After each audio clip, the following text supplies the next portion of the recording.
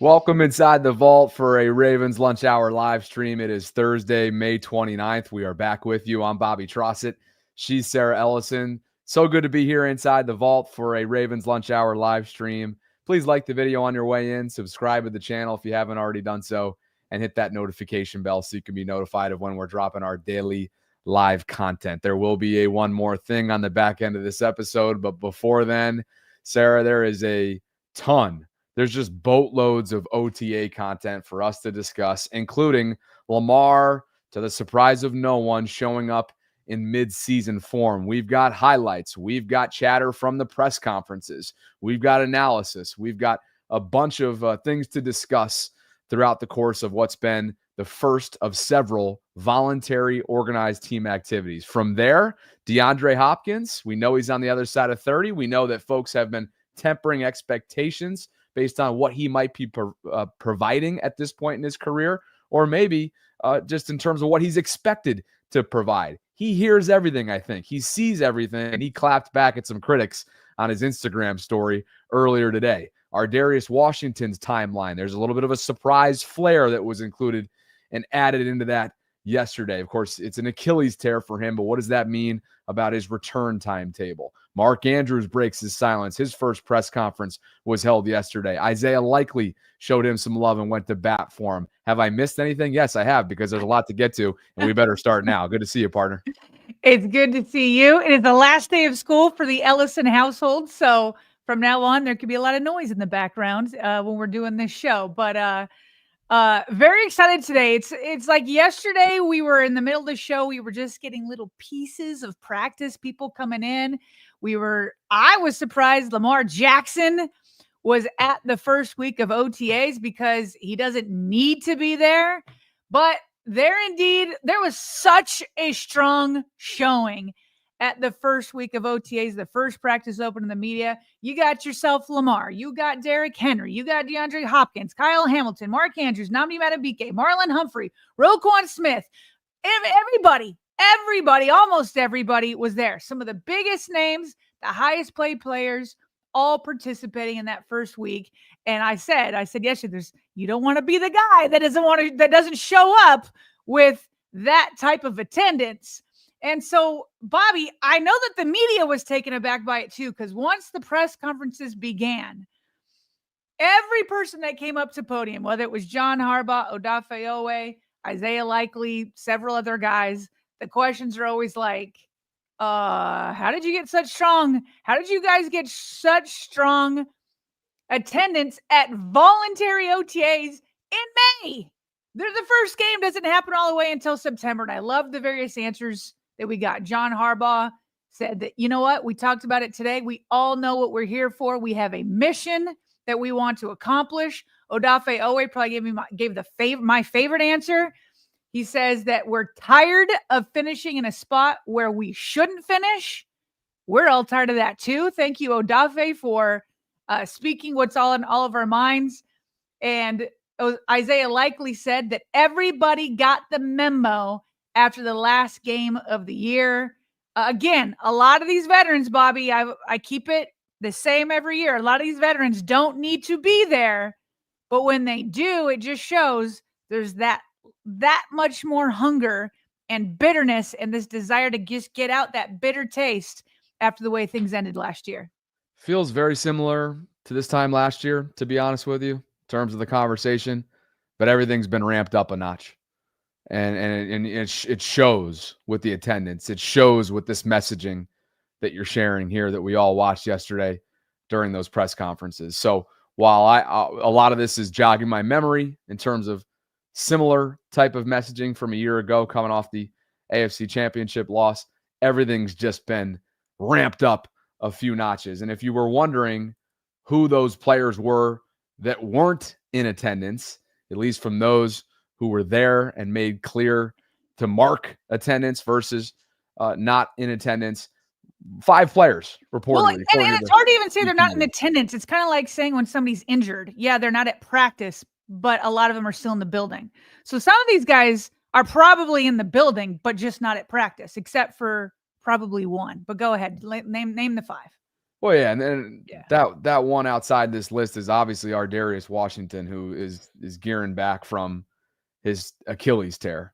And so, yeah, to your point, the rest of these 5 doesn't necessarily mean that they aren't at one winning drive somewhere in the castle. They were not Right. visibly present to the beat reporter community that were on the scene for the second day of OTAs.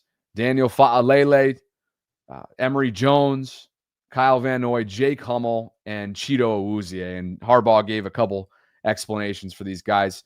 In Fa'alele's case, would not expand on this, but he's working on some physical things. So you wonder, Sarah, if something flared up for him this offseason, perhaps what could be a conditioning thing. Not sure what that is. It's got to be either conditioning or some minor injuries, but he'll be back soon. Yeah, anything other than that would be pure speculation. Mm-hmm. Emory Jones is the rookie. Not a surprise. Not expected to be available until potentially training camp with that labrum, that shoulder setback. Kyle Van Noy, don't expect to see him much throughout the OTA sessions. Not sure he even went to any of them last year, Sarah. Don't quote me on that, but don't expect to see him very much. Jake Hummel's your Chris Board replacement, the inside linebacker and special teams ace previously with the Rams. He was not present, and Cheeto was sick, the Brandon Stevens replacement. So because Cheeto was there the day before on the first day of practice. So there you have it. Yeah. And Jake Hummel, that one, nobody, I don't know that anybody asked about him specifically, but to your point, like the Chris Board replacement. So he needs to be there for sure. He's new. It's not like, he knows everything that's going on. So to me, I'm sure there's got to be some sort of valid excuse, whether he's sick or who knows, maybe there's like a brother getting married or maybe he's injured or something like that. So my guess is that Kyle Van Noy is the only one that's like, hey guys, I'm good. You know what I mean? I'm good over here. But just so you guys can hear it, here was Odafe Owe saying they're tired of finishing where they've been finishing. We're tired of finishing in spots where we shouldn't have finished.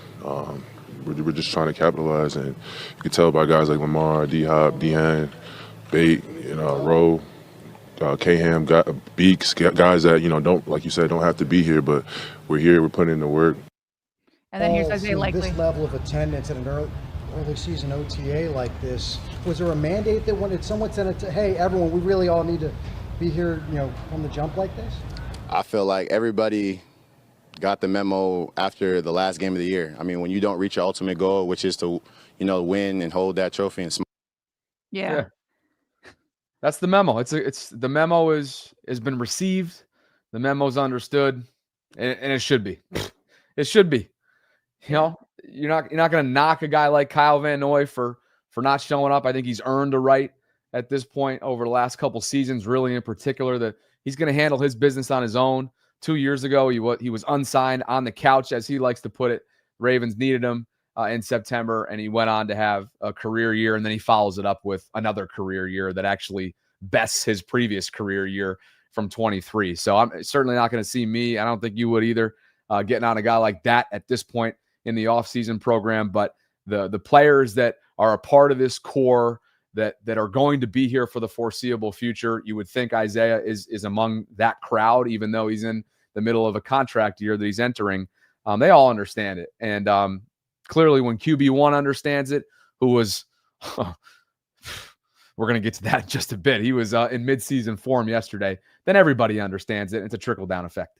Well, let's go ahead and get to that. I mean, Lamar not only showed up, which, you know what? Like, I just keep thinking about the contrast between the Ravens' very boring offseason, which a boring offseason can be good. It's kind of like when your offensive line is boring. Okay. Nobody's talking about them. That's a good thing.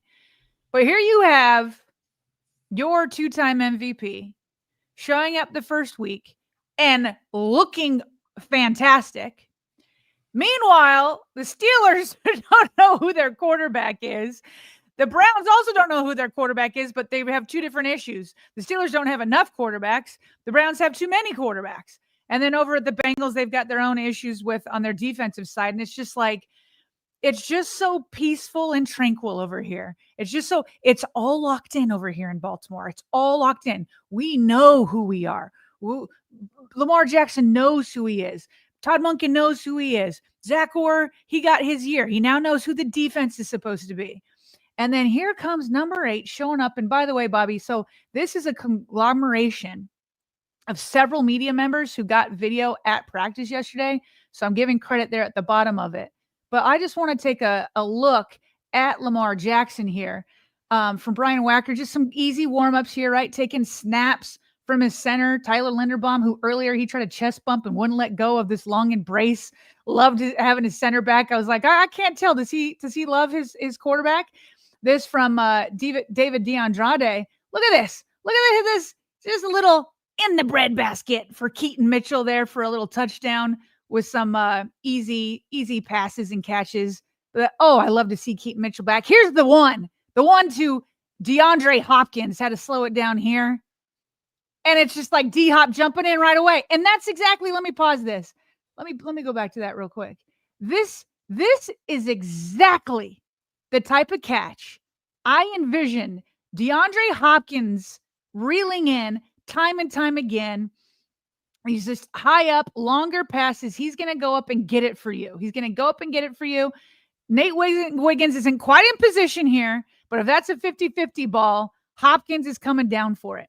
I mean, it's just so fun. I said yesterday, I can't wait to see the first Lamar Jackson to DeAndre Hopkins pass, and boom, there it is. I know we're going to see that a time or two in the regular season. Then this one right there to Isaiah Likely, Lamar doing a little spin move, of course, back to his old guy, Mark Andrews. We'll talk more about Mark in just a minute. And then finally, Isaiah Likely there again. And it's just like one right after another of Lamar Jackson. Just, again, some of those are just warm-ups. And then some of it is just like, he's still skinny Lamar. He's completely in shape. He's thrown it where he needs to. Of course, he's in command of the offense. John Harbaugh spoke about that later. But he just, in week 1, it just feels so good in Baltimore compared to what's going on in the AFC North. So what did all that account to? Jonas Schaefer, he is constantly tallying this up this time of year, as a lot of the beat reporter community is. And Lamar was sharp. Unofficially, Jonas's count had him going 10 for 11 and competitive 11 on 11 work. The only miss came on a drop. I went to the tweet, found more questions that were follow-up from Jonas's followers.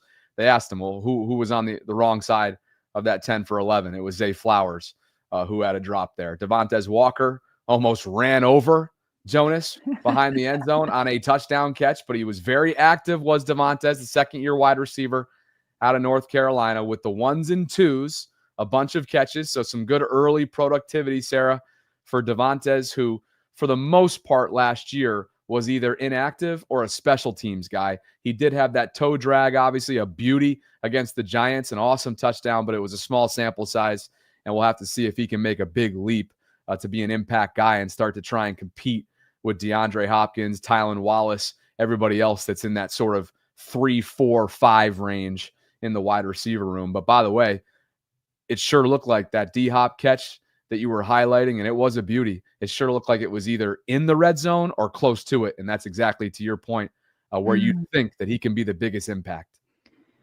Absolutely. I mean, 10 out of 11, listen, and that's in 11 on 11 work. So, pretty light day, but it is when you're 11 on 11. There's no hitting, nothing like that. But it just is one of those times where it's like, I just remember covering the Ravens for years before Lamar Jackson came along. And it just took forever to get the offense going. Just seemed like an 11 on 11 work. It was 3 and out, 3 and out, 3 and out. And it's just so nice that they can just come in and know who they are. And this is the time for Devontae Walker to shine. Okay, this is where you want him to get a lot of reps. This is where you want to, and then hopefully carry that into training camp. So we're always going to have some, receivers who are deep in the roster shine this time of year. And so happy to hear Devontae Walker's name being called. And so we're going to want to see consistency so that it can build up through training camp and perhaps into the season. But he's not going to get a lot of reps ahead of DeAndre, Bateman, and Zay unless there's an injury. But you like to see his name being called, because if his name's not called now, it's like, well, when is his name going to be called? And here's John Harbaugh on number 8, his first day of work, and how it looked to John Harbaugh. Yeah, I mean, it's the same. It's the same for all the players, and obviously Lamar is our quarterback, and he's He's our guy, you know. And I've said it many times. I think he's the best. He's the best in football. So he works hard at it. It means a lot to him. He's been studying it. He's been training. You can tell kind of shape he's in right now. You can see by the way through the ball. You guys all saw it today. It cracked me up, Sarah. I was listening to the press conference, and you and I have been doing this long enough, not only throughout the Lamar era. Obviously, your coverage dates way back to prior to Lamar's arrival in 2018, but it was almost so eerily similar, some of his answers there from past years at this time. He's our guy. It's the same for it's the same for all players. He tries to like almost diffuse the constant, never-ending attention on to the franchise player, which you can respect, right? He wants to kind of divvy up the love, spread the wealth around a little bit. And so it is kind of funny how programmed he's become with the way that he answers these questions. But but how can you not be excited? He's a coach, and his franchise quarterback, somebody that's become a transcendent player in the city, a transcendent player for the town, and was really gypped in a lot of ways from an MV3 campaign, is in late May in Baltimore, fully participating, fully engaged, where he could be anywhere else in the world at this point in the process. But he knows there's bigger fish to fry. And it wasn't just Lamar that looked good, right? So there were lots, as we've mentioned, lots of other people there. But this video from Ryan Mink showing Mark Andrews and DeAndre Hopkins kind of chatting it up on the field as things began. Isaiah Likely was like, he was talking about how surprised he was about how funny DeAndre Hopkins is. And he's like, oh, he's going to fit in well here. Here's DeAndre reuniting with his former Titans teammate, Derrick Henry. So that was cool. We saw the trio of running backs together doing drills in the King, Justice Hill, and Keaton Mitchell. Keaton Mitchell looking awfully good now, a year removed from that knee injury. There's Derrick Henry again, doing some running back drills. Again, Keaton Mitchell. Oh, I can't wait. And here's Derrick Henry coming right at you. Coming right at you. You don't want to see that. And I think I labeled it Ryan Mink, but it was actually Jamison Hensley. Then you got the trio of wide receivers. You got DeAndre. Bateman is in there. And then Zay Flowers. All three of your top wide receivers in there. Just such good energy coming out of Owings Mills yesterday, Bobby. Wildest transformation physically that I've seen to date so far through some of the content that's been released is easily the first slide that we had up on yesterday's show. And that was Nate Wiggins. He looked like Zay Flowers, like the build. Yeah. He looked similar to the Zay Flowers build. I'm talking about from a physical standpoint, the muscle growth, the muscle mass of his biceps, triceps, forearms. He looked like if you were to take the number 2 off of his jersey, I might have been like, is that 4 right there? Yeah. Like that's the type of transformation. And speaking of transformations, we'll have more on one for 99 in just a bit, who also shared what he's been up to this offseason. And that is a whole lot of eating. But we're talking about nutritional eating. And working out. and working out, but like nutritional eating. Hopefully he eats on the field for a second consecutive year and follows up that double-digit sack campaign that he was able to put forth last year. But those are certainly two transformations that stood out, one of which was a part of yesterday's press conference. The other, Nate just finds himself into a photo that was released, and we're all like, oh, we see Mr. Slender no longer. Actually, yeah. I think it was just a screen grab of a video about Hopkins, and then somebody saw him in the background. It's like, look how swole he got. Yeah, he's been in the gym. Mr. Slender no longer. I think it's fair to say. For Mr. Wiggins. Shall we get to some super chats? Let's do it. Heather McCubbin's got us started before we started the show, which is always a nice little treat. And Heather writes, great news about how our quarterback looked in day 2 of OTAs. I'm so ready for the season to start. Thanks for being here, Heather. Rave Kingdom checking in. It's been a minute. It has been a minute, but he's got the same hashtag. He says the Vault hashtag Ben Cleveland. Ben Cleveland, by the way, I think with Fa'alele out, it sounded like he got some reps there at right guard. And I'm sure he'll be in the mix for the left guard competition. So maybe Rave Kingdom and all of his campaigning could come through this year. I doubt it, but maybe. Stray Dog 679 chiming in just as he did very consistently yesterday and so often does just in general. Should the Ravens have an open competition at wide receiver too? I feel like D-Hop can challenge Butterfingers Bateman for wide receiver 2, hashtag Sarah Sundays. So not only is he continuing his strays here of bait, but he also fits in his agenda, which is this one-off playlist that he's looking for, which is you kind of opining about faith. So Dre does it all. I mean, this is a little bit of a multi-dimensional super chat that maybe you can respond to. Well, at this point, I don't think that these are strays for Bateman. I think they're direct shots. I think that's where we're at this point.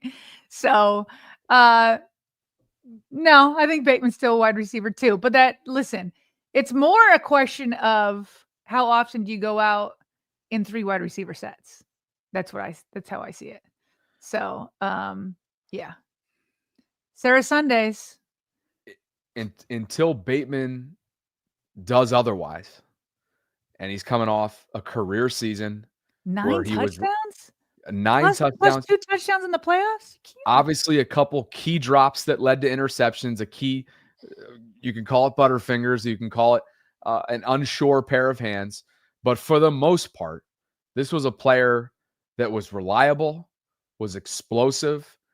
You're always going to get a consistent, silky level of route running from him. For the most part, in recent year or two, you're getting an optimistic player that is handling his media sessions like a pro and looks the part. So I have a hard time, competition, as they always say, breeds excellence. Yep. And so that competition will always exist. And obviously Bate has to go out there and ensure that his wide receiver 2 job is intact, and he's got to show up and do that. But I think we expect him to, and I think he's earned the right to be looked at as such going into this season. That's where I'm at with it, which is very different than the conversation as we've said a year ago. Time again, the dialogue from a year ago. If it was a year ago and they brought in Hopkins, I'd be all for that. Yeah. David Herrera with a super chat. This is for you. Oh boy, he says y'all should start a fantasy football league with other Ravens content creators and/or fans. All love from Fontana, California. I stink at fantasy football. What I'll tell you is I played it for years when I worked at the Ravens. Oh, I was no good. David, I'll tell you this. I'm pretty sure Evan Burstein in the Bobby Baltimore Discord server was either organizing or is organizing something. Not sure if that, that membership already closed, like the window availability, but I know there was something that was getting started, at least in the beginning stages in that Discord server. So you can go to our show notes, go check it out. It's free to join if you want to learn more. Maybe Evan's got more on that right now. It would be kind of cool, even if we didn't participate, though, to have a Voltron fantasy league, and maybe the winner gets something from our merch line that's coming out. So we could play with that a little bit. Certainly open to it. I don't have the time to really do well at fantasy. Okay, I'm not there on the waiver wires when people get injured. People are dedicated to that. So I can see us doing a Voltron one though, where we give a prize to the winner. All I know is there's going to be a bunch of different ways to get people involved once this merch line drops. We're going to be always looking for ways to do giveaways and get you guys more involved, and most importantly, get some Vault merch line stuff on the streets. That's the main goal there. Rave Kingdom says, Bobby and Sarah, I'd rather trade Mark Andrews, but since some want him still here and his past success, I'll chill. But if he sells once again, I'm crashing out like Joy Taylor yesterday. No, I added that part on. Appreciate you, Rave. Dope Dad _322. Sarah's been celebrating channel membership for a month now. He says, really think D-Hop will be better than people think. Good hands gets you the ball, and D-Hop mitts are certified. Hashtag Vault, hashtag Flock, hashtag Road to the Lombardi. Our first channel membership has been gifted out today, and it's our friend Chuck Lund, who's also a channel member. What's up, Chuck? Appreciate you. Let us know if you're on the receiving end of our first gift. By the way, we began the show, Sarah, just tallying up wise. 350 is within reach, especially if PHP decides to show up or somebody that wants to compete. He's in for a minute. He snuck in from work and he just dropped a super chat. I know he's got to leave soon. Of course he did. Yeah. We are three. Where did we start? We started at 319. So we are closing in on 350 channel members. We're at 320 now. 320. Yeah. And Park Heights Prophet, to your point, with a yellow banner and a quick little hello. He says, only got a few minutes here at work, but if you don't trust 7, then you don't know ball. Sorry, I'm not sorry. He's like that. You know, Sarah, what he means by that, only having a few minutes, he's about to go on the air, I think. The red light's about to start to go on here. We don't know where, and we don't know for who or for what, but he's, I think, about to go on television. Yeah, and he also promises 350 tomorrow. Well, hey, that's who's to say that Yojitsu or Asmodeus or Evan or anybody else is going to have something to say about that. You know, we may be at 350 over the course of the next 40 minutes. So we'll have to see. Dream says, merch for merch. I'm dropping some this year. Oh, what merch does Dreams have? He's okay. He wants in on this. It's good to know, Dreams. It's good to know. Let us know. Yeah, let us know what you're dropping. We're always open to ideas. Yeah. Appreciate you guys for being with us on this Thursday. It's the 29th of May. We're talking Ravens OTAs and a number of other things, including DeAndre Hopkins, which is coming up in just a second. Over 1,400 concurrents at the moment, Tila. Please like the video, subscribe to the channel if you haven't already done so, and hit that notification bell. Sarah, DeAndre Hopkins is on the other side of 30 at this point, and I think the discussions surrounding him are valid and are fair. How much does he have left in the tank? Apparently, he hears these discussions, or at least some of them. Maybe he sees, hears the noise, is passed along the noise about him, because he clapped back at some of the critics out there with an Instagram story that, if you look closely, has D-Hop up there with some young guns in Baltimore on the second day of Ravens OTAs. Take a look. 20 so wait. flat. Wait. Hold on. You got to describe what this TV screen is. Oh, I'm getting there. Oh, okay. I'm getting there. Well, you got the results before we know what it is. I'm teasing everybody a little bit, aren't I? But I take a should look at get some of away. the I players. should not get in your way. You've been doing radio for a minute in TV. You do your thing. Go. Out Sorry. the way. Look at the players, first of all, that are above and below him, meaning within the range of what DeAndre Hopkins was running speed and quickness-wise yesterday. There's a bunch of rookies or second-year players on this list, or players that are just straight-up speedy that he surpassed, like a Keaton Mitchell, for the audio-only audience and to satisfy my partner.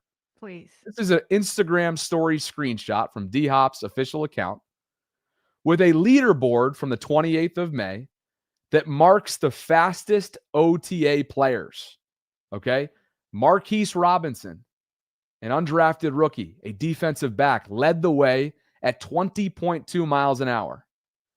Devontae Walker and DeAndre Hopkins, Sarah, tied for the second fastest, essentially, ability at the second day of Ravens OTA. So we're talking about a second-year player who's fresh out of school, who's what, 23, 24, somewhere around there?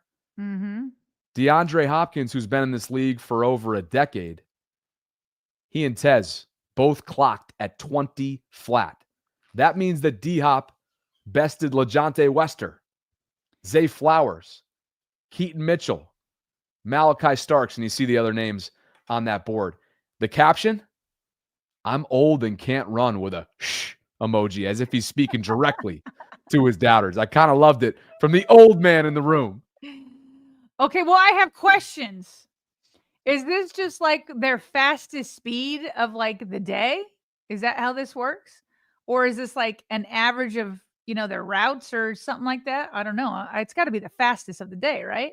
I was going to say that will have to Their top speed. dig a little deeper. If it's anything like next gen stats, Yeah. I would think it's the latter. It's the their top. top speed. It's Right. when they're clocked at their highest peak performance. Right. What did Derek hit last year? 22? Why do I feel like he hit like somewhere in the 22 range on that? And you know what it was? It was the 80-plus yarder to the house, I'm pretty sure, against the Bills. The Bills in week 4. I'm pretty sure. So anyway, if nothing else, it's an impressive display of athleticism that he apparently still seemingly has. Yes, he may not separate the way that he once used to. Well, and he never was even a big separator his whole career. Like Sure. that. You know what I mean? He's a big body, contested catch receiver. I'm sure he's not as fast as he used to be, but it's not like he was like Keaton Mitchell, Zay Flowers type speedster coming out. No, nor Yeah, right. Nor was he asked to be as the big body contested catch winning guy, right? Right. And so, again, I like a couple different things here. One, the athleticism display. You like that, obviously. But two, I kind of like the OG mindset he's taking right now. Like you've seen similar from Kyle Van. Oh yeah. Oh, you want to doubt me? Yeah. Well, that's not going to end well for anybody that's doubting me and sending critiques my way. I'm going to go out there. I'm going to use that as fuel, and I'm going to go ahead and prove you guys wrong. So, D-Hop. D-Hop. Yeah, Talk to me. listen, it's hard not to like him. Here's some of his highlights from day one when they were still outside. Just, incredible get off, knows how to like rip the hands away, knows how to go get open. So this is day 2. And I imagine he's just having a blast right now. It's like the first week of school for him. He's meeting, he's reuniting with old friends. He's meeting Lamar Jackson. I know he's coming from the Chiefs. And by the way, just to put this out there, just because we don't watch as much, he did drop a pretty big pass in the playoffs from Patrick Mahomes this last year. And so, but I bring that up because it's like he fits right in with being completely unsatisfied and wanting to redeem himself with the rest of this team, right? So many players from Baltimore are returning with just complete fuel and motivation to stop finishing where they know they shouldn't finish, in Odafe Owe's words. And so he's right there with them. He's right there with them because he didn't finish the way he wanted to finish. He thought he might be able to go get his ring with the Kansas City Chiefs and Patrick Mahomes, and he didn't play the way he's capable of doing so.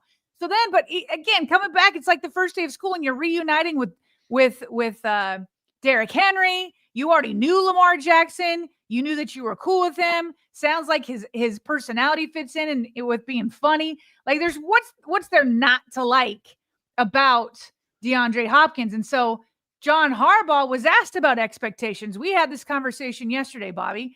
John Harbaugh is on the exact same page as you and I, or we're on the same page as him, however we want to put it.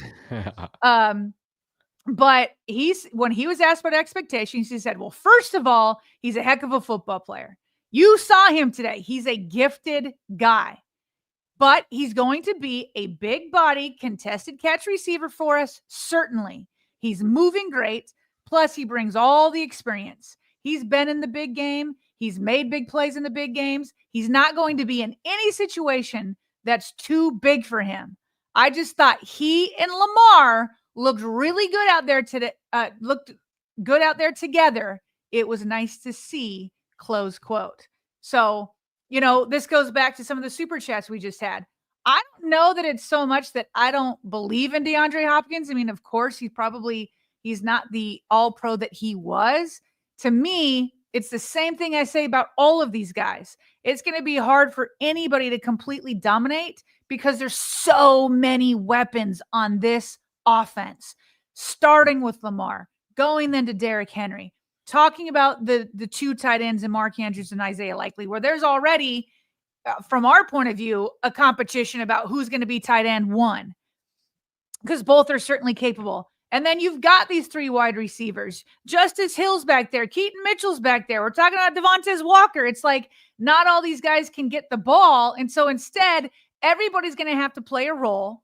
And they need to do their job. Over at the Ravens facility, I love it. They have sayings up all over the facility. My favorite, especially when we converted one of I think it was the linebackers room into our draft room when we covered the draft. It was just huge up there, a big banner that says, do your job. And that's what it's going to have to be. Todd Monken's going to be like, what does everybody do best? And I'm going to maximize what they do best because I have an embarrassment of riches in terms of weapons. And so to me, it's less about what I think Hopkins can do and more about having Monken become this mad scientist and making sure that he just moves the ball around, because that's when the offense will be at its best. It's a good problem to have, and I'm sure the alternative is not something that he'd be interested in, but Todd's got it tough. Todd's got a lot of guys to keep, 1, involved, 2, content, happy, productive, so on and so forth. But again, a really good problem to have. And to use your phrase, which I think is perfect, it's an embarrassment of riches all up and down the offensive side of the ball. And one of those players that's coming back, that's absolutely a part of that riches and has been for quite some time, and is a draft classmate of Lamar Jackson. That's Mark Andrews. He spoke, Sarah, for the first time in a press conference setting environment since that divisional round loss. And of course, we all remember his game in Buffalo. Now, remember, he released a statement through Instagram in the days that followed that loss and the drop and the fumble. Then within the last month or so, he spoke to ESPN.com, released a few pieces of words through that as well. We covered at some event, right? It was like was it an event for diabetes or something like that? Don't remember, but that would fit the bill. It was just one reporter. Don't remember it specifically, but that would fit the bill. Clearly, he's been a huge advocate within the diabetes community as a diabetic himself. I mean, it's a tremendous story. But this was the first time where local reporters had a chance to really go question for question with him. And here's part of what he had to say. Of course, you transcribed this yesterday on X. It's tough, he said. This is my life.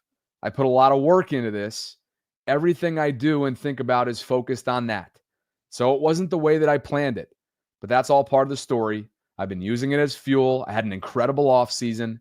I'm excited to show what I can continue to do and continue to improve myself and step up in big moments. It doesn't always go your way, but it's how you bounce back.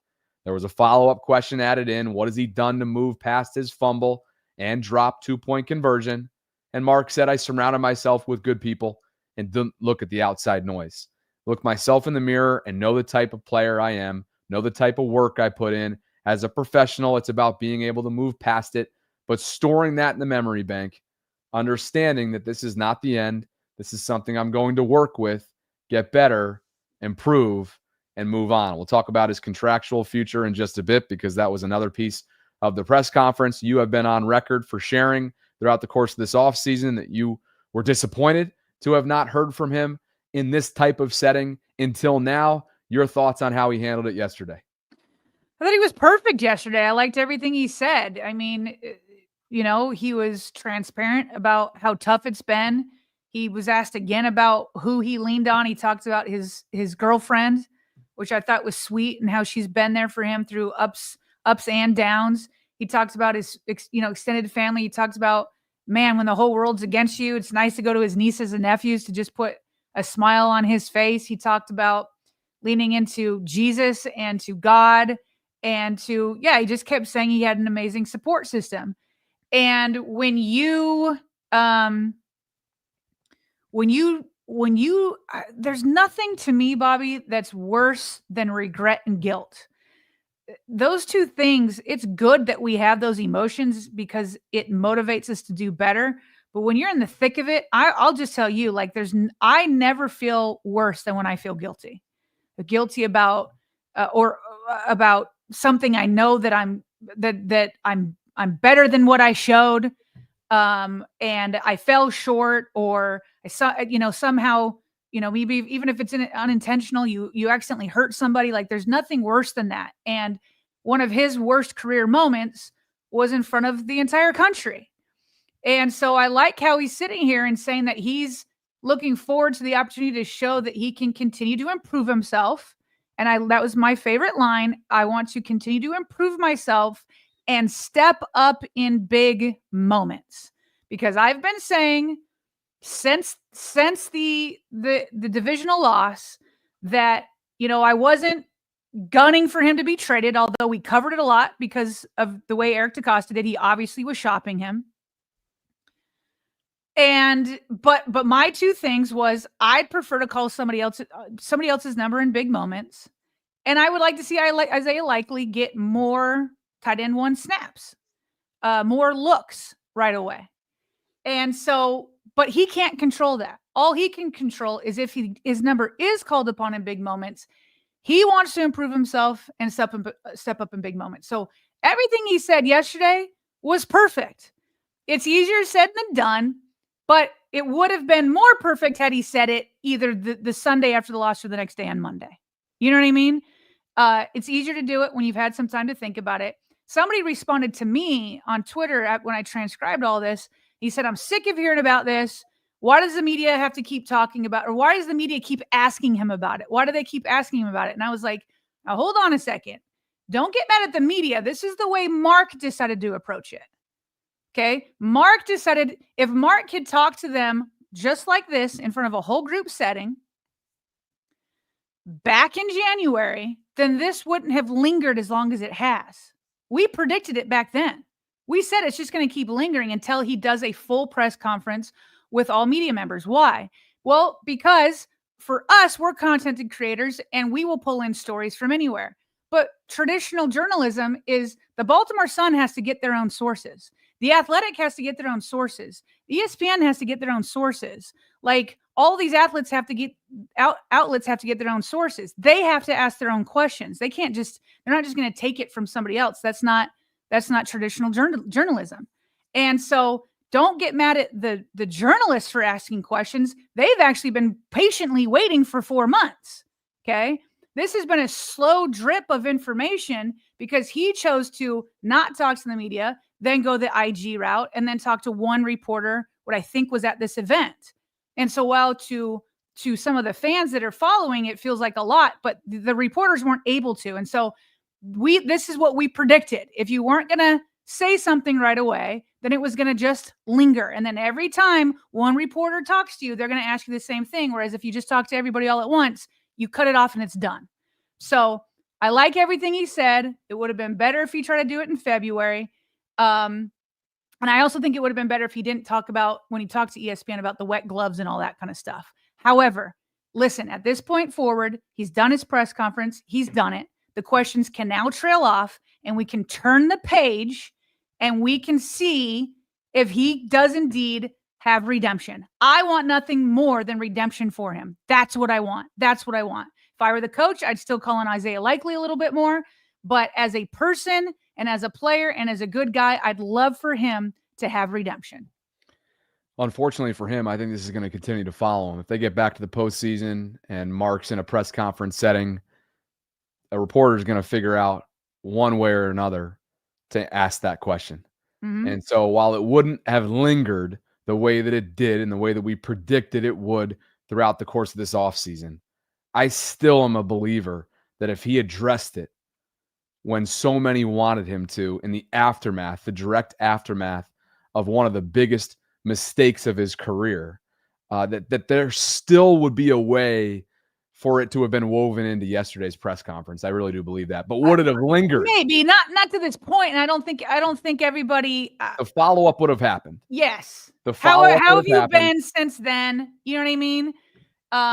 It would have been an easy follow-up, but of course it would not have lingered to the extent of national types of storylines at one point early in the process that Mark has gone silent the way that it did.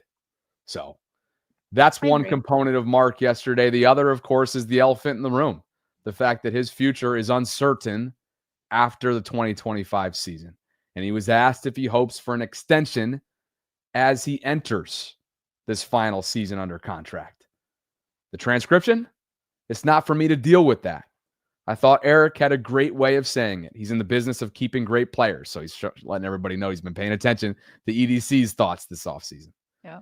And I think I'm a great player. I think I've been able to do it at the highest level, the best of the best for a long time. And I'm not slowing down. He snuck that in there. I'm extremely excited to be here. This is an incredible organization. I'm grateful to be here for my 8th year. What more could you this is like a carbon copy response of how you're supposed to handle this if you're Mark. I thought he nailed the first part of it in terms of everything that took place and everything that was going to be asked and that needed to be asked. And I thought this was a pretty darn good job as well. A stand-up answer. Yeah, I thought it was a great answer. Isaiah Likely was also asked about contract because they're both going into their final year of their contracts. It's like literally side by side.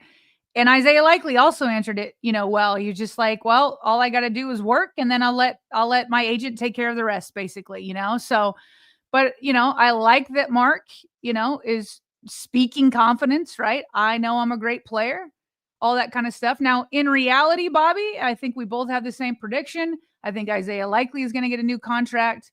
I think it's unlikely that Mark Andrews does unless he decides he wants to come back for cheap and just wants to retire a Raven, right? Like in that circumstance, maybe they could do it. But in terms of like the next big contract, the next big tight end one, Isaiah Likely is the next in line. And if he continues his trajectory that he's shown so far in his first 3 years, it will be Isaiah Likely with the next big contract. And he's also somebody that just constantly shows how beloved of a teammate he is. He was asked about Mark Andrews. He calls him Big Brother. He said he wanted to give Mark a big hug when he stepped on the practice field yesterday. Again, that's Wednesday, the 28th. And Jonas notes here that Likely's happy the speculation over his short-term future is over. They have a close bond, as close as you could be, Sarah, when you are literally competing. And I should say it's as close seemingly, right? From our vantage point, what we have to gather through press conference settings, body language, overall relationship. Yeah. It sure seems like it's as good of a relationship as you can possibly have when you are literally competing for reps. And if you're Isaiah, Mark is the one player that's standing in front of you for the last several years under your rookie contract. That's really, in a sense, I mean, it's weird to say this, but that is holding Isaiah back. It's been Mark and his presence, which he has earned, and his role in Baltimore, which he has earned. But I would argue that that's held Isaiah back. And for him to keep this type of mantra, to be so team friendly all the time and never allow, if those frustrations do exist, to be perceived or to show at all. At all. It's tremendous. It's an absolute tremendous display of emotional intelligence, confidence, and the way that you're supposed to handle yourself as a pro in front of a microphone. It's exceptional. If you're trying to hide a poor relationship, there's just not one. You don't start calling him Big Brother if you don't really believe it. Like, that's my big brother. Or where he comes out and gives Mark Andrews a hug. And by the way, I was reading Jeff Zrebiec talking, his story about Mark Andrews. Literally, he said the very first pass that Lamar Jackson threw, who was it to? Mark Andrews. He was like, it's almost like nothing even happened, right? Like, didn't skip a beat, whatever, right back to Mark Andrews. And so I do get the sense that his teammates are all rallying around him, which I really appreciate. Isaiah Likely calling him Big Brother. Isaiah Likely wanting to give him a hug when he comes out. Him saying, I'm so glad the speculation is over. Although it's not, but it can be quieted until, the end of the season again. And then Lamar Jackson throwing him, the first pass of the first practice. So you can't hate on any of that, and you certainly can't hate on this. I loved this answer from Isaiah Likely when he was asked about his chemistry. We know the chemistry for years that Lamar and Mark has had. We've seen it with Isaiah too, but I love hearing Isaiah's mentality when Lamar throws him a pass. One of the guys that Lamar really trusts in these scramble drill situations. I mean, how much do you expect that to continue to uptake, and how much do you kind of thrive on those types of moments too? Man, I love those type of moments because in my mind, it's either my ball or nobody's when, the quarterback trusts you to put yourself in a position to, make those type of spectacular plays. And with L, the play's never dead till the whistle blows. So really just being able to either throw my hand, run across the field, wherever, just having him be able to trust me to throw the ball wherever I am and understand that Zay's going to always make. Yeah, it's hard not to love that mentality, Sarah. Yeah. And I think John Harbaugh, his head coach, certainly hears it as well because he's skyrocketing his expectations. He's putting his expectations up on the moon. And it's not unusual for him to speak lofty in a press conference setting this time of year. But he was asked, Harbs was, what he'd like to see from Big Zay this upcoming season. Quote, I'd like to see him be an all-pro. That's my goal for him. He's capable of it. So you love the dog mentality. You love the team-friendly type of mindset that he takes through the media. You love the productiveness. Obviously, there's been a ton of productivity. There's been a ton of rapport that's been built up with Lamar over the years. And now he's going to get, obviously, another chance to put his best foot forward in a contract year where, sure, is he going to be sort of a 1,000-yard receiver? Not, you would think, not unless something goes terribly wrong with an injury within that room. But that doesn't mean that he still can't prove himself of being more than extension eligible in what's going to be a pivotal year for Big 80 out there. Absolutely. And before we switch gears on to, did we already do this? Yeah.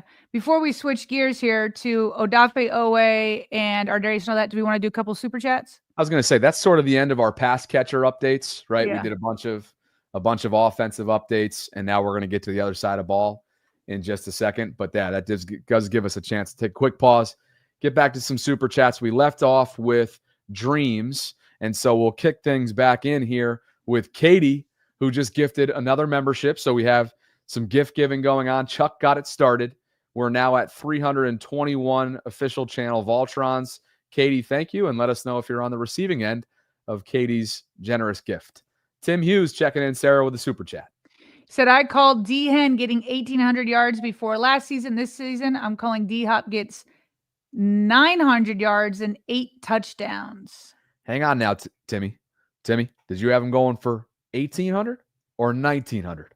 Because he went for over 1,900. We're going to be tough on you now, all right?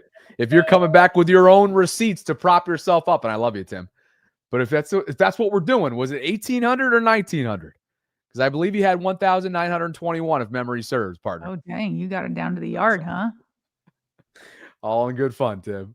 I see you, playa, checking in with a super chat. Look at this. This must be New Zealand currency.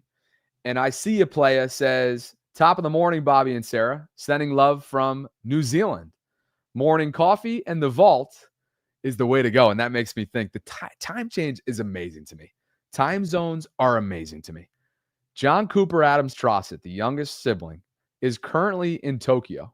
When we woke up this morning, when I woke up at 5:30, it was 6:30 at night in John's world, having just landed in Tokyo. And he's literally coming off of like 24 hours of travel and walking through the streets of Tokyo as if he's commuting with corporate Tokyo. It was hysterical. Yeah. So the fact that I see a playa is out in New Zealand, which is like what, plus 18? Right. Or we're plus 18 on New Zealand or something crazy like that. Can you be more than 12? How does that work? What is it? Hold on a second here. I should know. We should know this off the top of our head because we're well-traveled people, but I haven't been to land down under. I can't say that. Auckland it's 5:03 in the morning, so it's plus 16. Plus, they are plus going 16. that way. Okay. All right. Yep. 5:04 in the morning. So, wow. I see you play as an early riser, man. That's crazy. Appreciate you for being here. Dre Dog 679 with his second of the day. PHP, aka Reverend, I know who you are. Found you. Oh, that sounded a little creepy.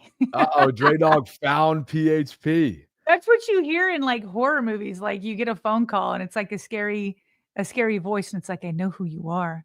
I know where you live. Dre Dog, hit me in the DMs, baby. Give me that intel. Give me what I need to know. Kobe Pruitt.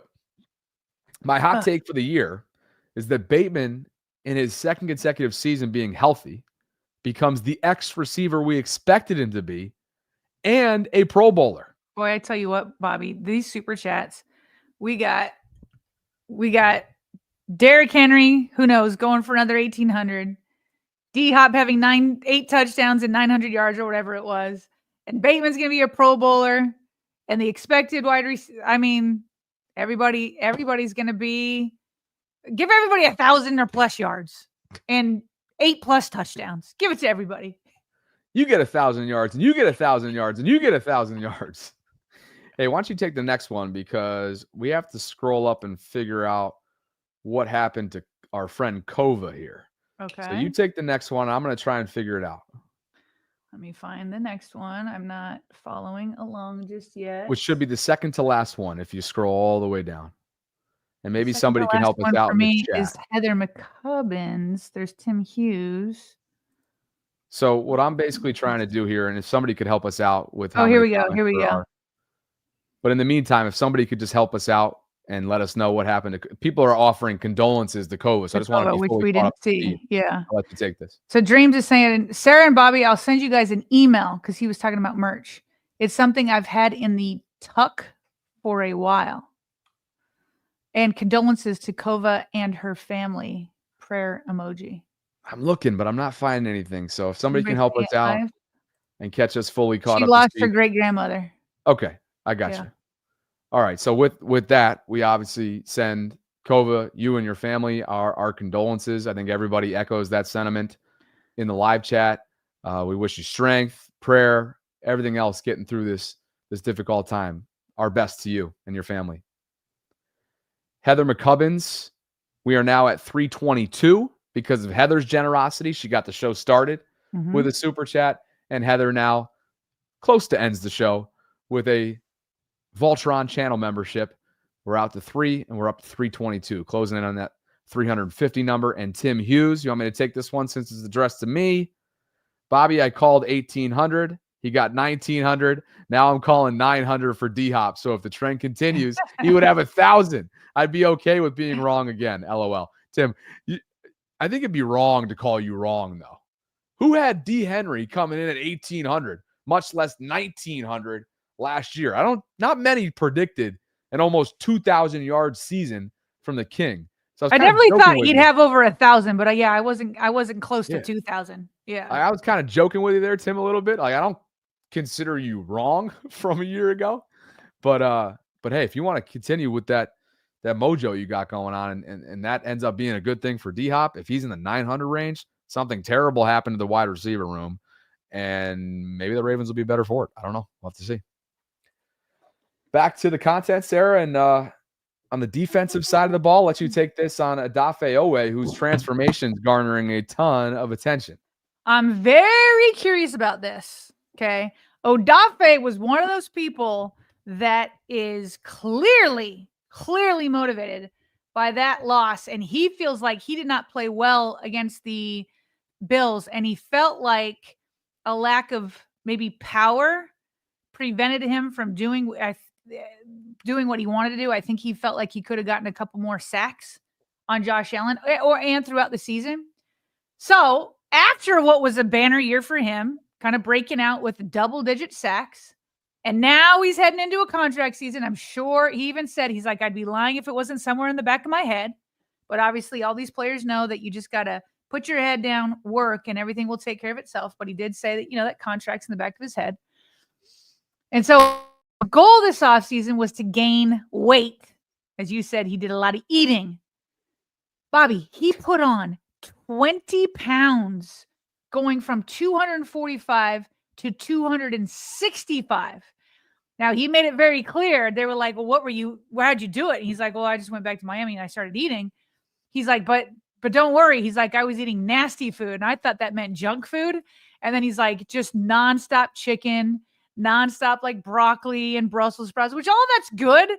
But I have tried to be on like protein chicken, like for a prolonged time. It really gets gross after a while. You're just like, I just can't eat any more chicken, John Harbaugh had mentioned that his weight was like the vast majority was just muscle. So, nobody needs like a pot belly over there at outside linebacker. And so he said, he was asked later, they're like, has anybody ever told you before to put on weight? And he's like, yeah, they have told me to. He goes, but I was always afraid that I would lose speed. But since he's put this weight on, he says he hasn't felt like he's lost any speed. And so his hope is that he'll be better both against the run and the rush. He wants to get more on his push off and more power. And he just felt like he wasn't breaking through as much as he thought he could. So hopefully this weight will give him more power. When did he make the decision? Quote, after we lost in Buffalo, I didn't have the outing I wanted. And I thought all of it had to do with my weight and being able to be stout in certain positions. So as soon as the season was done, I went to Miami and started eating and lifting. Close quote. That's a transformation, 20 pounds. He and Wiggins on that same diet, apparently. So good stuff. We'll see if he can keep it up over the next couple months when it gets hot and steamy towards the dog days. See if he can keep that number at 265 in Baltimore. We all know what summer training camps consist of with just sheer heat. And one more this thing. This one was interesting. One more thing on Odafe before we transition. He was asked what his goal is. It's definitely more than 10 sacks, but he would not give an exact number. He's like, I got it in mind, but I'm not telling you guys. How about this right here? Yeah. You have more on 99? Well, I was going to say, what do you think his goal is? Oh. What do you think is realistic? He feels like he missed a couple sacks because of not having enough weight. How about stack? Back-to-back double-digit sacks. That's the floor. That's the floor. Okay. Sorry. Go ahead with Ardarius. No, this is interesting here. I mean, obviously, this kind of came out of nowhere when you learn more about how he is now on the other side of his Achilles tear and the surgery that's since been had. And John Harbaugh referred to it as a clean tear. So that's always a good thing just in terms of the recovery timetable. So how about this? Ardarius is telling Harbaugh, and this is the quote, that he'll be back in November. He's always been a quick healer, so I'm looking at November or December in my mind. So yes, we're counting on him being back, but it's all speculation.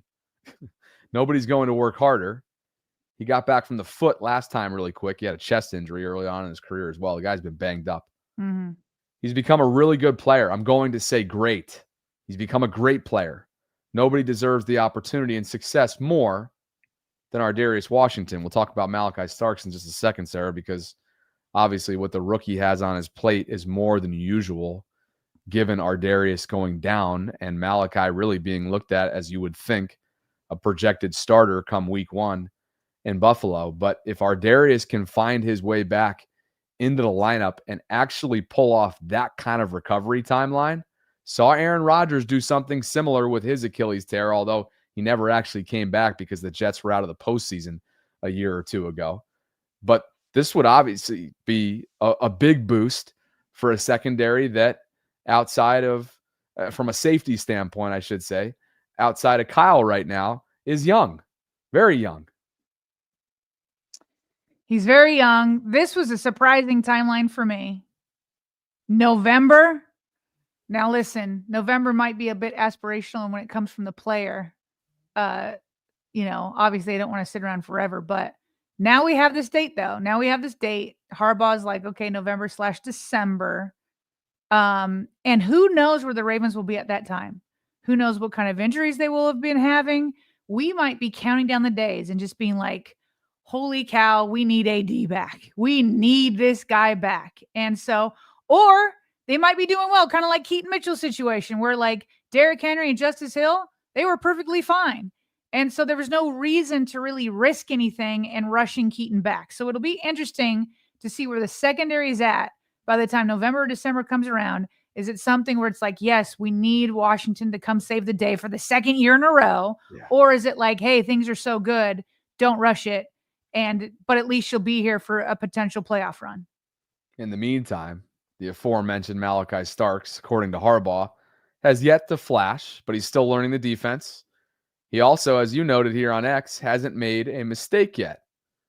Harbaugh went on to say with Ardarius' situation that we just referenced, there's a lot on his plate right now for Malachi, so he's going to have to step up, but that's why we drafted him in the first round. So, again, nothing that's probably highlight worthy at this point yet from Malachi. You can only imagine, Sarah, just how much he's processing right now. Drinking from a higher fire hose for sure. Goodness. I mean, the epitome of that. But it's an opportunity that's been put in front of him because of obviously something that came out of nowhere with Ardarius's conditioning setback and that Achilles tear. So maybe temper expectations in terms of what you want to see over the course of the coming weeks throughout the offseason program for Malachi. Mm-hmm. And you hope that he can be fully up to speed so that the processing almost takes a back seat to the playmaking, right? And they can go hand in hand together come September. There's a lot of communication at that safety position, more than even at the corner position. I bring that up because I still vividly remember it was one of my favorite Ravens Wired clips, but Nate Wiggins had made a mistake on the field and he comes to the sideline and he's pretty down and Kyle Hamilton's right there. And Kyle Hamilton starts giving him advice. He's like, it's all good. You just got to do this. You just got to do that. You just got to do this. And it was, typical. Kyle Hamilton is always speaking the same way, whether he's excited or not, or helping somebody or whatever. But I was just thinking about how that was early in the season and then the way Nate Wiggins ended. And again, this is at a spot where there's not as much communication. So I've got high expectations for Malachi Starks. I know that he's going to have to be in there week 1. That's certainly what John Harbaugh is here kind of intimating, that that's what's going to have happen. If they don't feel like he could do it, you can still go to the free agent market and get somebody who you think could until he can, get up to speed. But I think he can do it, but I think we're going to need to give him a lot of grace. Let him have those Nate Wiggins type moments where, he's not quite up to speed and, a veteran is there to help him. And that's what Kyle Hamilton will be there for too, as a fellow safety. And Bobby, let's just not forget, as John Schaefer pointed out here, the impact that Ardarius Washington had on the team last year. The pass defense before AD and Kyle became a duo back in the safety position, the Ravens were giving up 294.9 yards per game. That was dead last, number 32 in the NFL. Then the last 10 weeks, pass defense with those two guys, 171.6 yards per game, which was first just during that time period. It's not like they went from 32 to number 1 overall, but during that time period first. He's going to be missed. He's for sure going to be missed. We'll see how quickly Starks can jump in. And if you're Malachi, it's like, okay, can I kind of pick up where Ardarius left off and ensure that the former of those two metrics does not come back to bite us in the early part of the season, so that we're looking at a hole, an 0-2 hole, and digging ourselves out of it, really what became all season long. And obviously that 0-2, yes, you go on to win the division, but that 0-2 has major implications on seeding and other things throughout the ultimately throughout the season. So tall task for Malachi, but this is somebody that has a lot of high leverage reps under his belt, obviously, from playing high level football at Georgia. He played a lot of football there as well, won a national championship. So you hope that it's not too big for him, which he's embarking on right now, that opportunity. Some quick hits. We do have one more thing today. It's an extension of yesterday's cruise story for those of you that were here for that. But Harb said that they're working on finalizing 1 day of joint practices, both with the Colts and the Commanders. So nothing with Dallas.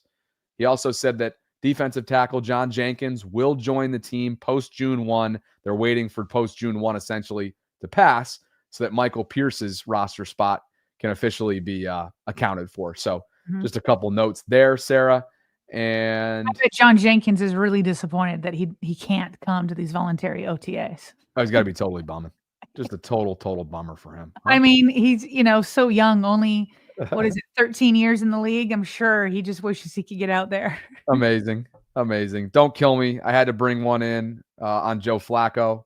It went viral, so I think I have a good excuse. But he got candid, as Daryl Reuter here, who covers the Browns, shared, about the whole being a mentor narrative. And you remember it, I'm sure, for sure, from your time in Baltimore, because as that overlap happened, meaning Lamar and Joe were in the same quarterback room in 2018, it became a media frenzy.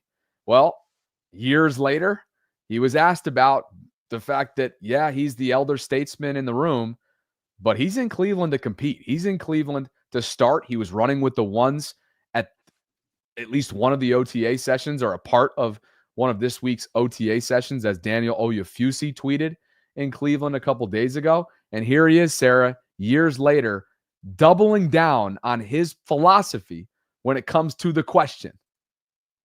Point, you can kind of like use it like, because it's a good question to bait somebody into answering, and no matter how they answer it, it kind of makes the guy that's answering it look bad. If I say I don't want to be a mentor, I look bad. If I say I do want to be a mentor, then I look like an idiot that doesn't care about being good and playing football. So it's one of those questions that no matter what I say, you guys can write what you want to write about it. And there's a lot of questions like that. That's why you end up having to try to avoid them. I tend to try to be honest. And I've said I'm not a mentor. I play football. And in a quarterback room, there's a lot of times there's been a ton of times where there's learning experiences, and I have a lot of experience and I can talk on things, and hopefully they listen. But it's not necessarily like my job to like make sure they listen to me. And hey, like hopefully you have a really good relationship with the guys that are in the room, and you naturally want to do that, but that was a long-winded answer, but that's ultimately why I think you guys ask it, Here's the thing is, like, because of what I just said, like, you're acting like I wouldn't want to be a mentor. It's like, once again, it's not really about that. It's just not the main focus. I see myself as a guy that can play in this league. So if your main focus was just like, hey, but I'm going to get you ready, you're just not taking care of business. The best way to be a mentor, honestly, is like show people how you go to work, and like I said, hope that they pick up on that stuff, but not necessarily force them to pick up on the things that you do. Sarah, That was good. you know where I'm at. Yeah. Yeah. I just think that what a respectable way to answer a question. What a right out of a textbook. How can you not think that that is fair, that is level-headed, that is honest, and most importantly, that is consistent with where he's always been on the topic? Yeah. And how about in the second clip that was mashed up there by Daryl? He kind of said, look, the way you're asking this question, I mean, he sort of stood 10 Oh my God. toes down. Just ruined it. It was, On we the were off to topic. such a good start on this. Where No, look, yeah, no. an impressive way to handle yourself in a moment that you could easily be taken out of context. This is going, regardless of how you answer this question, it is going viral. It's going to be covered. And I just thought he knocked it out of the freaking park. I love it when players, how old is Joe now? Is he in his 40s yet? 38, 39. 38. Like a lot of my friends that are around my age, especially about when they hit 40. He's 40. Okay, so he is 40. Good for him. He wanted to be in the league at 40. I remember him saying that a few years back when they were talking about retirement like 5 years ago. Like he just hasn't given up on it. He's such a competitor, but a lot of times when you hit that kind of period in your life around 40, and some people hit it sooner, you just hit I don't give an F kind of period of your life where it's like, I'm tired. And I love listening to veterans talk because it's not like a deer in the headlights anymore. And you give like the stock answer or you don't give an immature non-stock answer that you're like, well, that wasn't it either. Like he just knows who he is and he's going to answer it truthfully from, what he really thinks. And here's what's funny is he has always said, I'm not a mentor. And yet I've seen so many clips from behind the scenes where he's a mentor. And it started back when both RG3 and Joe Flacco, Joe had lost his job after injury and Lamar Jackson took over the starting role. And I remember on the sideline with the wired clip, both Joe and RG3 were giving passionate feedback to Lamar on the sideline in real time. And so I've always been like, see, and I remember even on Twitter, I got into a back and forth with RG3 because RG3 was like, everybody knows that Joe doesn't want to mentor. And it's like, yes, that's not how he sees his lead role, but it's not like he's stiff arming guys and saying, I'm not helping you. And is like a toddler in the corner with his arms folded and being like, no, I'm not helping you. That's not it. It's just that he sees himself as a competitor first. He sees these guys while he has a good relationship. Think back to when he was at the Jets with BYU rookie quarterback, and how can I forget Zach Wilson? And we just saw Shedeur Sanders a couple weeks ago. We had a clip with him and Kay Adams and how he just loved being in the same quarterback room with Joe Flacco. He's like, Joe is just great. I love I love him as a teammate. And so it's like, yes, it's true. That's not how he sees himself, but it's also not that he's like trying to avoid these guys. Like, of course he's going to help right there. And he creates great relationships with all these guys. And all these rookies came in and they just seem to love him. And I don't know how you can't. He's just so authentic and just a fun, good guy. You're right about he's taken this like unbothered state that he's always been. Yeah. Now into his 40s of like 0 Fs are given from this point forward. And it's so refreshing. That's what it is.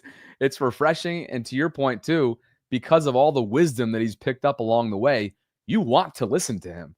You want to soak up everything that he has to say because of what he's seen and experienced. And since Baltimore, you can say what you want about him in terms of what he has left at this point, which is certainly a question. What does he have left? And can he truly be a needle moving starting quarterback for a playoff team over a 17 games season, 18-week season? I don't know the answer to that. He may very well get the starting opportunity to do so and prove that in Cleveland, but I can't sit here and tell you that I'm going to be confident, especially with the way their quarterback room is currently constructed, that he'll be that way in January when the end of the regular season closes. I still feel like we got gypped because remember there was that report that the Ravens did reach out to Joe. Actually, not a report. Joe himself said it. The Ravens did reach out to him about coming to be a backup this year. And he said his agent, Joe Linta, called him and said, hey, what do you think? And he's like, oh, that'd be kind of cool to go back there. Like it'd kind of be cool. But the Ravens went with Cooper Rush and he was like, I'd prefer to be a place where I can compete. He knows he's not going to compete for a starting job here with Lamar Jackson at the helm. But that would have been awesome to have that reunion. I would have loved that way more than him being with the Cleveland Browns. It certainly would have been. Oh, there would have been a lot of conversation surrounding that, as there has been with this, which you've been following. It's Shamar Stewart, the Cincy rookie. Yeah, so he's still sitting out of OTAs. I think they're in their second week of OTAs because I'm pretty sure they were practicing last week. And Brett Coleman, who we actually brought in his tweet a little, I think earlier this week, YouTube YouTube film guy. And here's his opinion on it. He says, haggling over offset language that will be worth at most 1.4% of the salary cap by the time it's even potentially relevant, and only if they actually cut him during his rookie deal, is so wild to me. He's a 17th overall pick. What are we doing here, man? Since he is as since he does. Yeah. But again, correct me if I'm wrong. I have not seen Malachi Starks nor Mike Green sign their deals, but they're practicing, so nobody's making a big deal out of it. So I don't know what's going on there. I haven't seen anything. Doesn't necessarily mean they haven't, right? Or well, usually though, the team puts out when they sign it, they put them in that autograph room, right, where they sign their contracts and then they sign the wall. Typically, they have a sponsor that goes along with those graphics, so you would think that sponsor's like, "Hey, where's your two essentially first rounders? Where are they at?" Yeah, Evan's saying that apparently Malachi signed. Is it like where is that? Did he sign? Everybody's saying. Oh, they're saying yesterday per ESPN. So maybe because it took a minute, maybe the Ravens didn't put out those photos on Instagram as they usually do. Good to know. You guys, so those that are saying that Malachi signed in that same report, did it mention Mike Green? Appreciate the chat helping out there. KP Barra says, thanks for being the Ravens podcast. I'm excited for Owe coming up in weight. His 6'5" frame should be diabolical at 265. I can easily see this move translating into a crushing rush. Let's go. Wow. I like the way that was written. That's a fantastically written super chat. Thank you, KP Barra. And Hybrid Theory, Sarah, gets us to 4 new channel memberships that have been gifted out thus far. I believe we started at 319, so that brings us to 323. Appreciate you, Hybrid Theory, for the generosity today. And James Green, Sarah, checking in. Flacco standing on business. You'll take that over the alternative. KB Barra also on top of the super chat. That's true. Became a Voltron. So we are now at 324 channel Voltrons. It's a great way. By the way, for those of you who are wondering what the heck is a Voltron, maybe you are just starting to tune in now that OTAs and real football is back in a sense. Voltrons are basically official channel members. And we have channel memberships that we rolled out. It's a new feature that YouTube has granted us back in March. It's a great way to get more involved with the channel. It's a great way to support the channel. And you get a little something in return as well based on the certain membership tier that you sign up for. So thank you so much. And thanks to everybody for... Go ahead. Sorry. No. What were you saying? It's just Malachi Starks. Signed May 28th, which was yesterday. This is according to Sports Illustrated. The deal is a 4-year contract worth $16.579 million, fully guaranteed, and a $8.697 million signing bonus. So he's been signed. People in the chat saying that Mike Green was not mentioned in that article that they had read. And when I Google it, Google AI overview says he has not signed yet. So it's just Mike Green left. Okay. Not a fan. Hits us with a super chat. Flacco's an old fart playing for the opponent. I'll talk nice about him after he retires in 2041. Oh gosh, Steven, you are a trip. You know that? Yeah. Patrons, Patrick York and Dion Coleman, thank you both for believing in what we're building. You guys have been with us from the jump since we first rolled out our Patreon membership. So thank you guys. This is your monthly shout out. If you guys are interested in doing the same and joining the Patreon Vault community, you can visit patreon.com/Ravens Vault podcast. You can find that link in the show notes. You can find our email address. It's BaltimoreRavensVault@gmail.com. You can find our social media links. You can find the Discord server. You can find a number of things right down below in the show notes. You want an extension of one more thing before we jump? We do. I've got one more thing also. Awesome. Oh, you want to go first today? Sure. Sure, because yours is funny. All right. Or at least I Well, think. what does that mean? What does that mean yours is? Well, first of all, I need to pre one more thing. You asked me about this when we first had our call. So I am proud to say that after I've gotten drilled into my jawbone yesterday, I have not taken a single ibuprofen or Tylenol. So I feel good. I'm definitely doing good. But I'm happy to show. Have you guys noticed this little right here? It feels so much. Oop. Whoa. Hold on. Go ahead. I think you're even further out now. Well, no, I want you to show. Well, I'm trying to, but I think I'm further out. You can't see it as well as it was here because it's more of a close-up. You know what I mean? I'm trying to get you to the big screen, but all right. Anyway. So anyway, it's very swollen right here. Like if you felt it, it's just like this huge bump in here. So I'm definitely swollen in here, but I think I don't even think people would have noticed if I didn't point it out. But anyway, doing well. I'm just happy that there's been no pain other than just when I'm eating or whatnot. So. Well, something tells me you got a certain level of tolerance. So good stuff. I don't know. Just it's not too bad. So anyway, doing pretty good. One more thing. So for those that do travel youth sports or club youth sports, it is craziness. It feels like what I hear is like when people are what's it called? Because they didn't have this at BYU. When you have sororities, aren't you guys all trying to figure out Greek life? Is that what you were? Loyola didn't have it, but if you're asking what it's called, I think it would be Greek life, sorority, frats, things of that nature. Yeah, where you're trying to find out where you land. But these kids are so small; it's just crazy to me. So you go and try out because the soccer season just ended with my daughter's club team. She ended on a really high note, and she's been with this club team for 3 years. And so we did tryouts the week after the season ended. And in the past, what happens is these clubs send you offers to be on their team. And the reason why it's an offer is because kids will try out for like 3 or 4 teams, and you could have a bunch of offers from everywhere, and you got to choose one where the club team that you want to be with. And so anyway, we've really loved our club team. We've been like a 500 team, nothing great, but it's a really great group of girls. My daughter's become really good friends with all of them. The camaraderie is great, but we got a new coach this year. And so we go to tryouts. We get no offer after the first day, which is what we've gotten in the past. And they usually do it quickly because they don't want you to accept an offer elsewhere.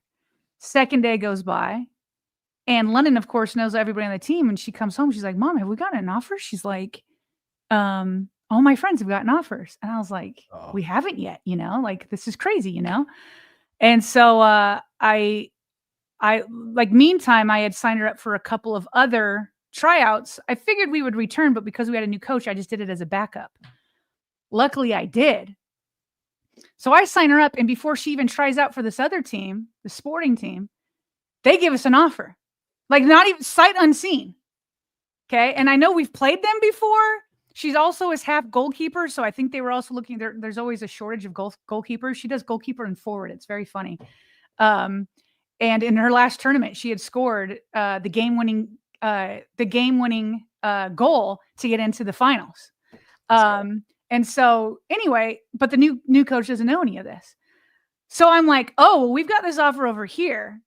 She hasn't even tried out yet. The tryouts weren't even until the next week. This is last week. And so I reach out and I'm just like, hey, just want to see where you guys are at. I'm not putting any pressure. You guys do the analysis that you want, but I don't want this other offer to expire because their tryouts are a week after, her current club team. And I get a very vague response back. And it was like, oh, well, this is a new coach. We're letting him do his own evaluations. We don't want to influence him from the years before. And then they say, we're going to be giving out more offers over the last 24 hours. This was last Wednesday. Uh-oh. Okay. So I'm like, okay. And I'm already kind of feeling like the new coach. And Bobby, this, somebody else does. My daughter it's like the opposite of me. I'm tall. She is tiny.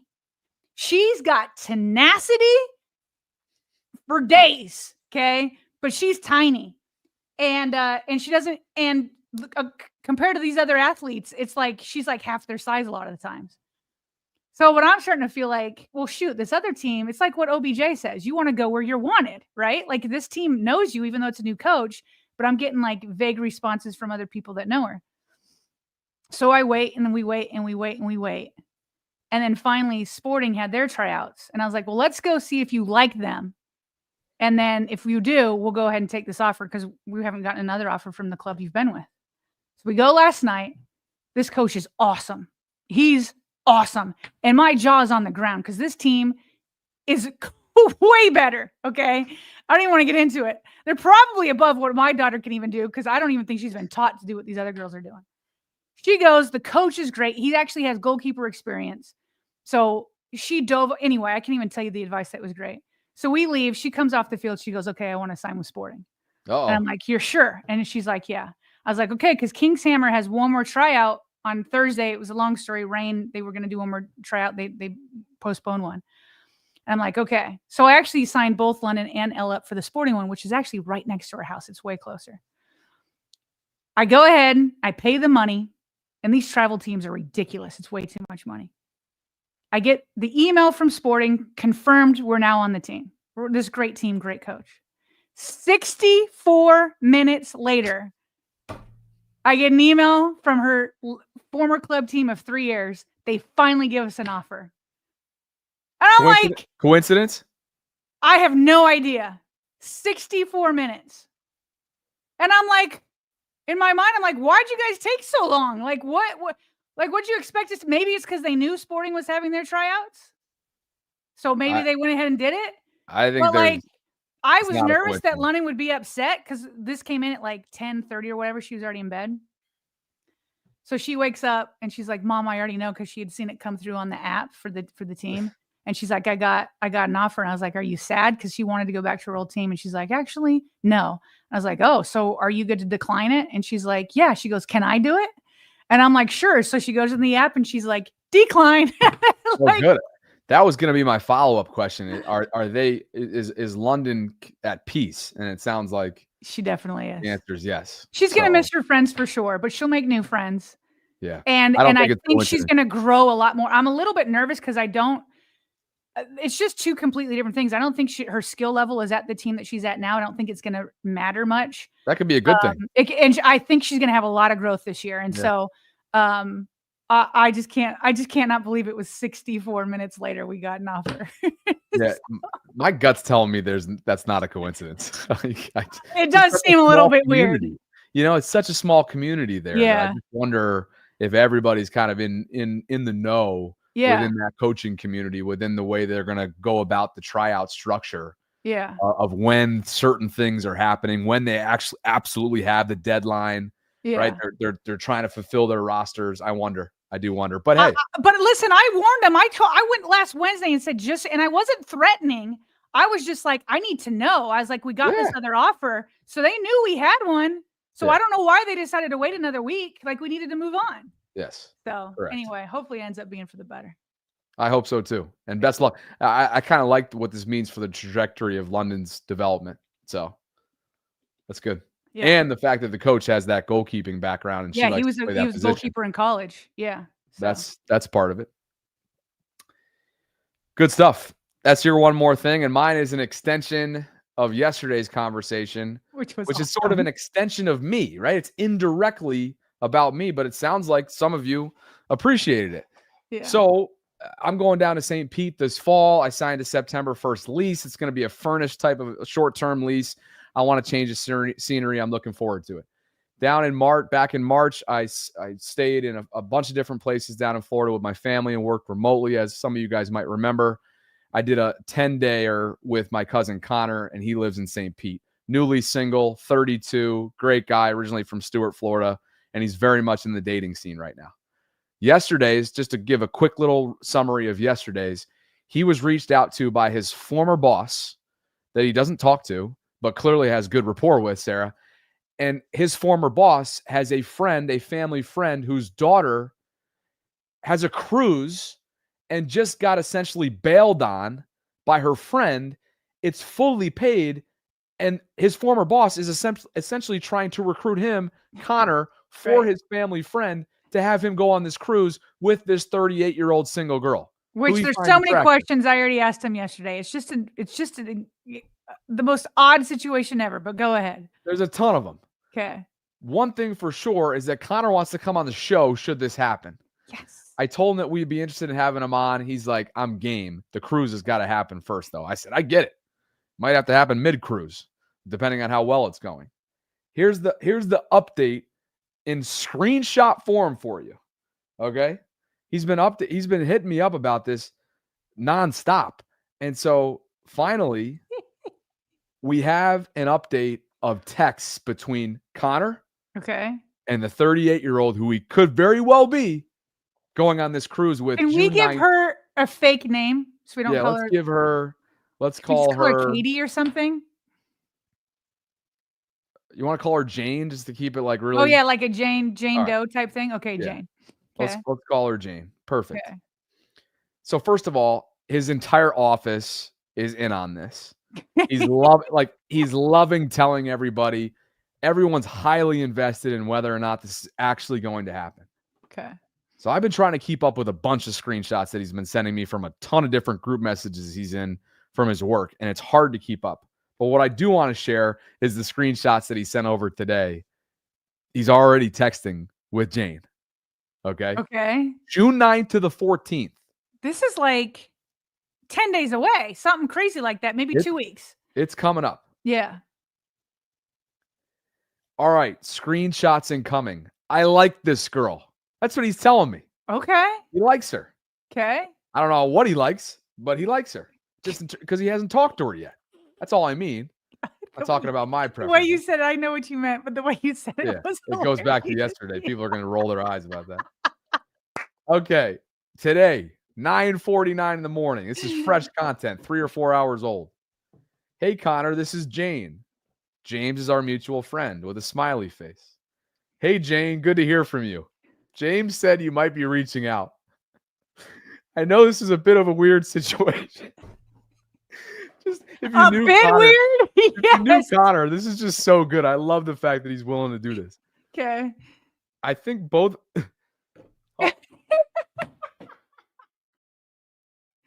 We can't let you laugh because you get into coughing fits. The fact that it's amazing. The fact that I'm still coughing. By the way, you guys for sure are related, you and Connor, because you for sure would do something like this.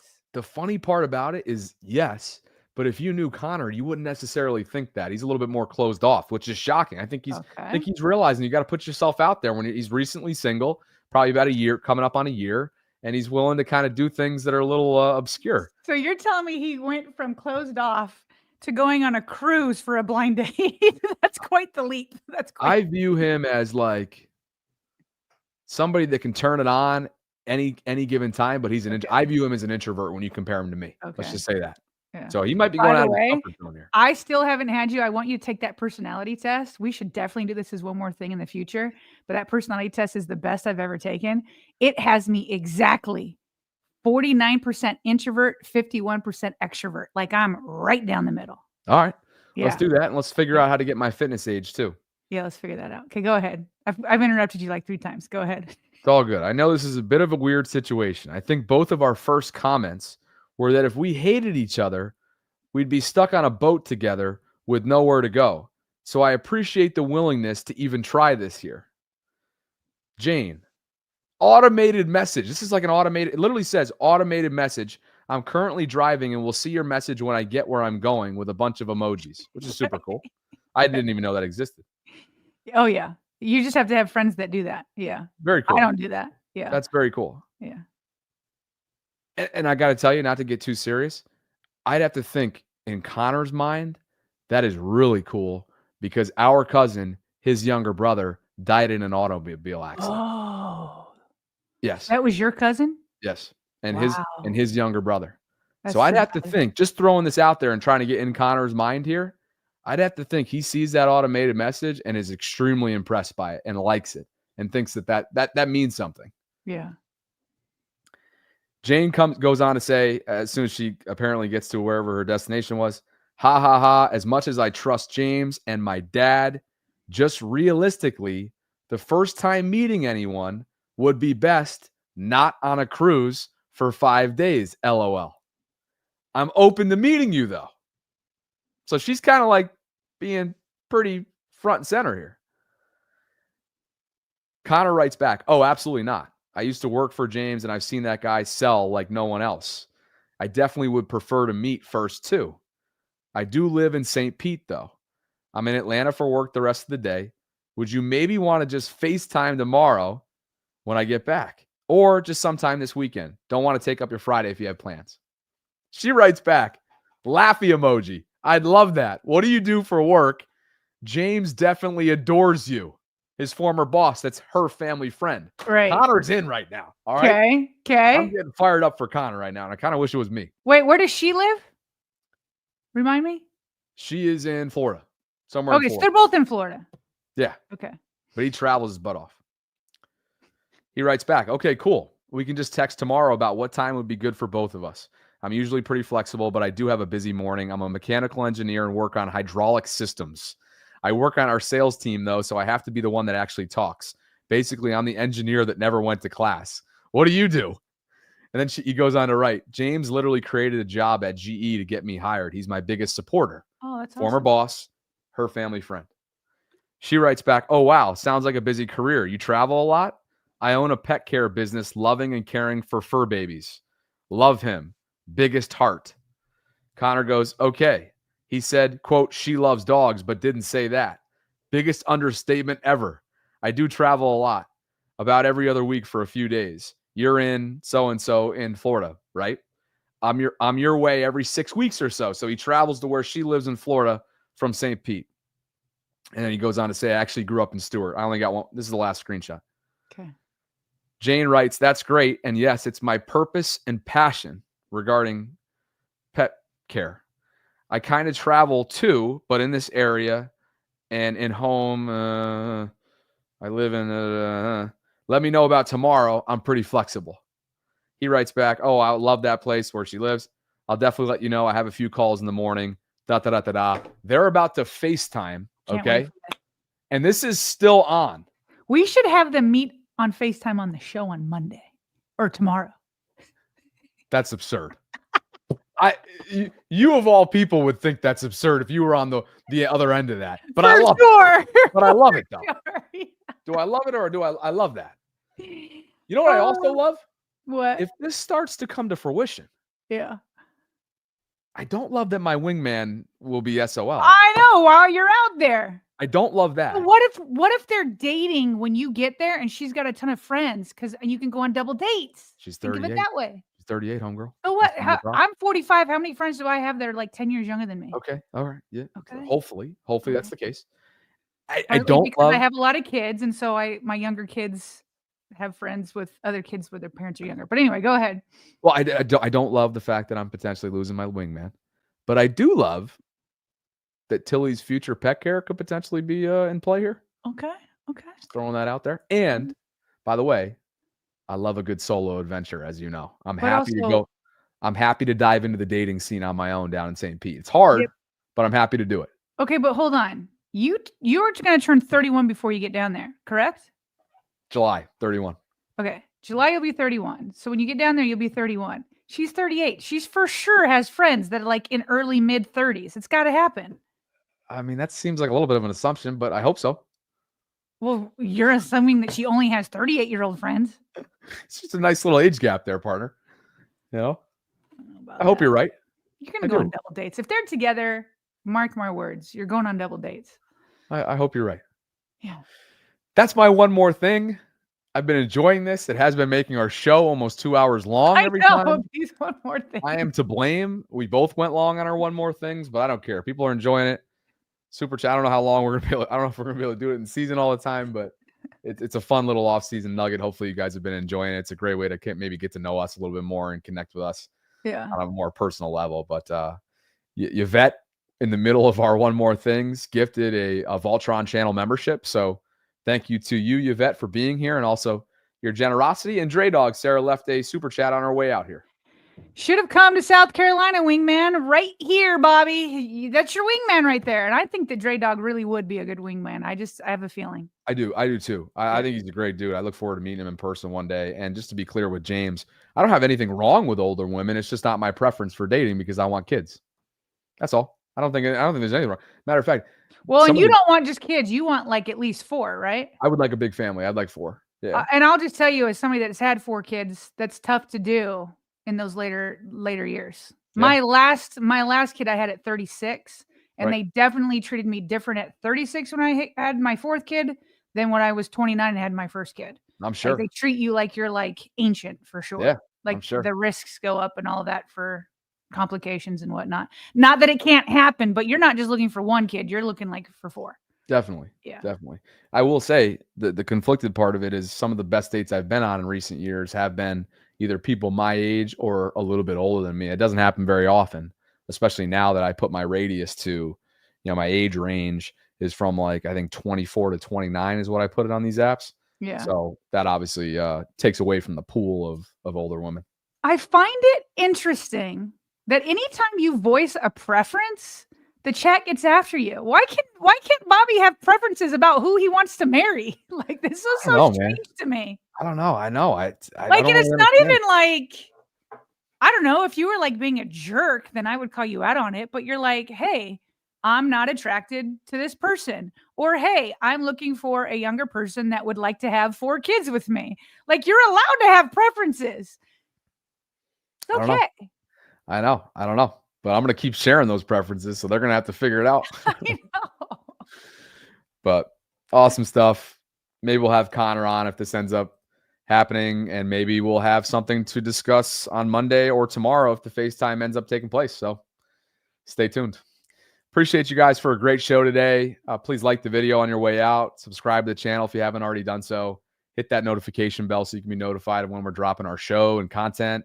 The Best Of playlist is a great that we've been experimenting with all off season long. It's something that we would love to push you to. It's the best of. It's the best 15, 20, 25 minutes of our hour plus long. And in today's case, almost 120 minutes worth of content. We have our editor, Brennan, who's doing great work for us, essentially break it down into 15, 20-minute segments. So it's a nice way for some of your maybe shorter consumption habits or your commutes or whatever that is. We're trying to cater to you guys and that. So RNTY1 is right. We both echo that. Hit that friggin' like button on the way out. Sarah and I'll be back with you on Friday, 12 noon Eastern. You know the drill, if not before.